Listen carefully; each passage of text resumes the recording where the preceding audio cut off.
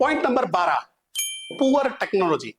अभी भी वही 2012 के, वही 2020 के प्रोग्राम का इस्तेमाल करना, वही सॉफ्टवेयर का इस्तेमाल करना। आज एआई आ गया है, इसका इस्तेमाल करते हुए मैं क्या कर सकता हूं? आज नई टेक्नोलॉजी आ गई, इसका इस्तेमाल करते हुए क्या कर सकता हूं? आज से 20 साल पहले मैं रोड पे जाके प्रोस्पेक्टिंग करके लोगों को लाता था। क्या मैं टेक्नोलॉजी का सही इस्तेमाल करके ज्यादा से ज्यादा लीड जनरेट करके लोगों को बिजनेस में ला सकता हूं? तो ये सारी चीजें एक बहुत बड़ा क्वेश्चन मार्क आज की तारीख में एमएलए में हो चुका है। आज से 20 साल पहले जो जनरेशन बिजनेस कर रही थी और अभी जो जनरेशन बिजनेस कर रही है, उसके सोचने के और काम करने के स्किल के और नॉलेज के तरीके में फर्क है। आज की जेनजी ढेर सारे तरीके जानती है जहां से आसानी से लीड लाई जा सकती है, बिजनेस फटाफट किया जा सकता है। पर क्योंकि किंतु परंतु मेरी कंपनी के अंदर में यह प्रावधान नहीं है, इसकी वजह से ये बिजनेस अब मेरे लिए नहीं चल रहा है।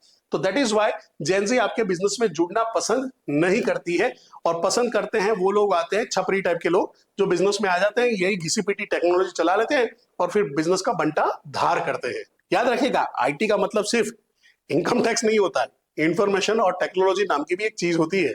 Point number 13, short term vision and long term failure means नजदीक का फायदा दूर का नुकसान। लोग बोलते हैं कि मेरे को जल्द से जल्द पैसा चाहिए, तो मैं बोलता हूं अगर जल्द से जल्द पैसा चाहिए तो लॉटरी में डालो, शेयर में डालो, क्रिप्टो में डालो, बिजनेस क्यों करना है?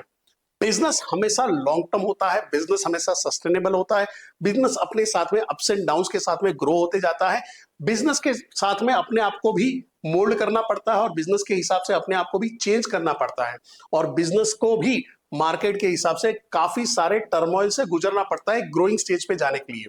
आज अदानी, अंबानी, गोदरेज, टाटा, ये सारी जितनी भी बड़ी बड़ी कंपनियां देख रहे हो, ये अप्स एंड डाउन्स होके गई हुई है, और जो कंपनियां फटाफट फंडिंग लेके सीधी बड़ी हुई थी, आज वो गायब भी हो गई मार्केट से। सस्टेनेबल बिजनेस से ही स्टेडीनेस आती है।